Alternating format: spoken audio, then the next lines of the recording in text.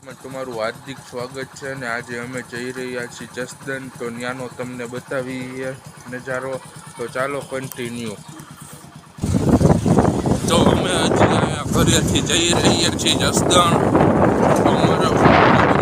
તમને જસદણનું બતાવી. આપણે અત્યારે હાલમાં પહોંચ્યા છીએ બાખલવડ. હવે અહીંથી જસદણ કાંઈ આખું છે નહીં, તો તમને બ્લોગમાં બન્યા રહ્યો. જસદણનો પણ બતાવી નજારો.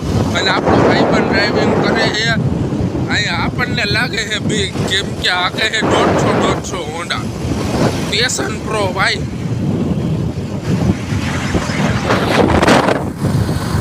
હું તો વાત છે ને, તો અમારો ભાઈબંધ એમ કહે છે કે રીવાવડે મૂકે સંભાળી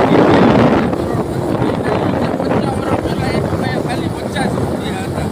તો સાંભળો રીતે ખાલી 10ની ચા પીતે, 10નો નવો ખાઈને એમ ચા પીતા ગયા, નવો ખાતા ગયા.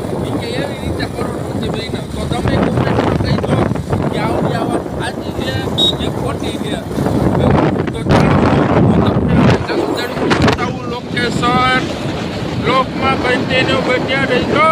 જસદણમાં થઈ ગયા હી એન્ટર.